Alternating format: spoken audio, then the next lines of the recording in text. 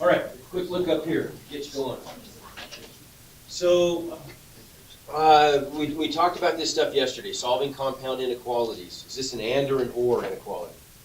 Or. There's the or symbol, right? So we've got the left inequality,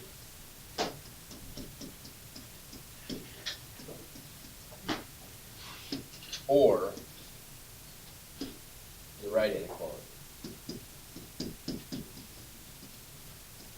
So if you start with an or inequality, you're going to end up with an or inequality solution, guaranteed. It just stays the same. So how do we deal with these? Separate them. Yeah, just deal with them one at a time. So what are the steps in order to get the x by itself for this one? Subtract 4, divide by negative 4. Good. So we get negative 4x less than or equal to, what, 36 by subtract 4 from both sides? If I divide both sides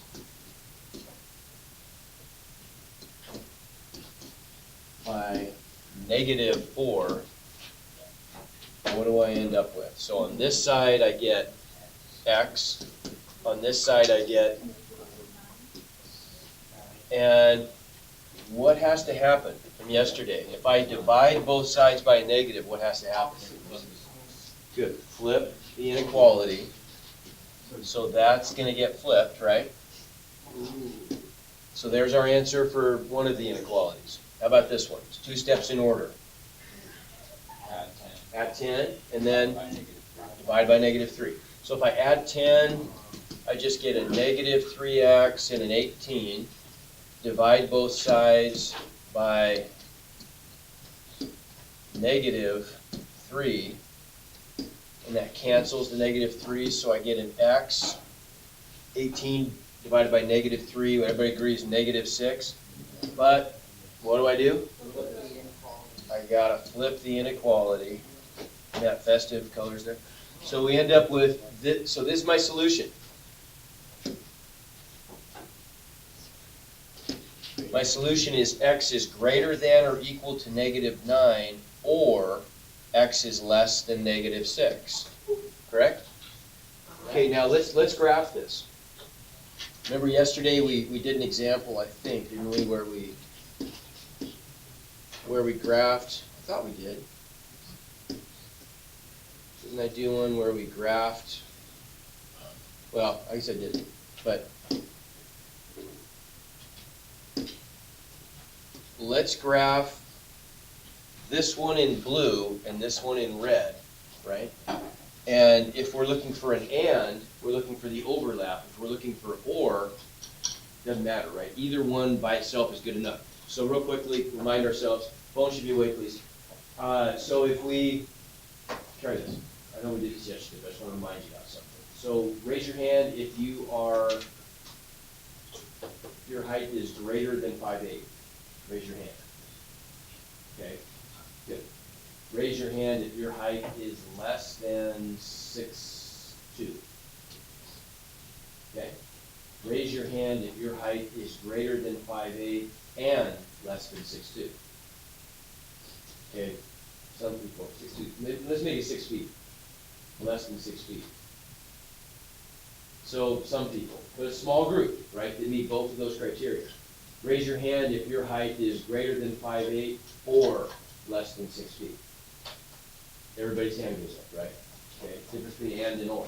Okay, now, so if we graph both of these on the same graph, what are the two numbers I need? 396. Okay, so the blue one, endpoint where? -9, solid or open? Solid. And arrow to the right. Good. So there's the blue part of our solution. What about the red part? Okay, so -6. I got open, shade to the... Okay, so now let's graph in purple every place that is either red or blue. What do I get? Every place that is either red or blue. Get a weird answer. Describe the answer. Let me ask you this, is there any place that's not either red or blue? No. There's no place that an ant could walk on the x-axis, thank you, where the ant wouldn't either be overlapping with the red or the blue vectors, right? Does that make sense? So if we wanted to graph the answer to this, it's just everything, isn't it? Right? Because there's some overlap there. It's an or statement, but they overlap. So there's no gap in between the two. Last time we did one of these, we had a little bit of a gap in between the two, right? Either had to be over here or up here, and there were some places that were neither red nor blue. In this case, there are none. Every place is either red or blue or both, right? So what would my answer be based on the instructions? All real numbers. Yeah. Right. Okay, so what about last one? This guy. Okay, so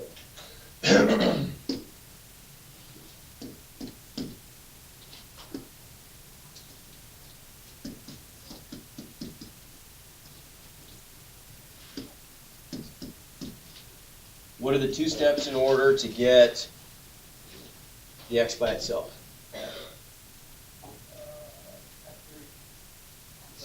Subtract 3 from all three parts, and then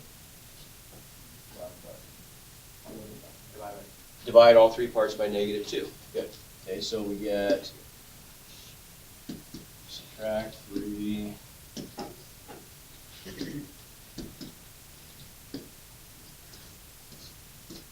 So that gives us -2x, 14, -10. I haven't divided by a negative yet, right? So the inequalities stay the same for now. But now I'm going to divide everything through by -2.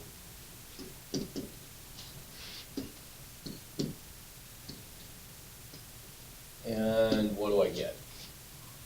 In the middle I get x, right? What do I get over here? How about up here? Okay, what do I have to do with the inequalities? Got to flip them. I divided by a negative. All right, so I got to flip those things around. And we can't write it that way though, right? That's a backwards inequality. They always need to go from, the inequality signs need to go from lesser to greater. So I got to take the whole thing and just flip it around. So it would look like the -7 goes over there, the 5 goes there, the x stays in the middle, but all the other stuff flips, right? So there's my final answer. Okay, let's graph this one. Anyone make guess what's going to happen here? So if I graph this part, x is greater than 5, that's going to be open circle here. Everybody agree? Yeah. And then I'm shading to the right.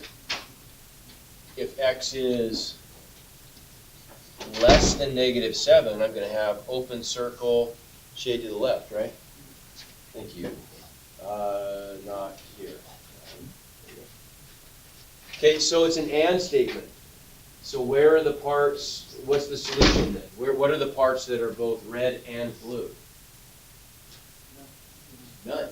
There's no intersection, right? For an and statement, remember that what we're looking for is the part that's shaded, like in this case, this is the part that would have been double shaded, right? If I go back and kind of, let's look at our answer we had yesterday for this one. We had either x is less than or equal to -3, or greater than or equal to -3, so that would have looked like this, right? Here we had x is less than or equal to 6, so it would look like that. And then the overlap, the part that shaded both blue and red would be that part, right? That's the part that's both blue and red. So we had an actual answer, and that was our answer. In this case, there is no intersection, so what's the answer again?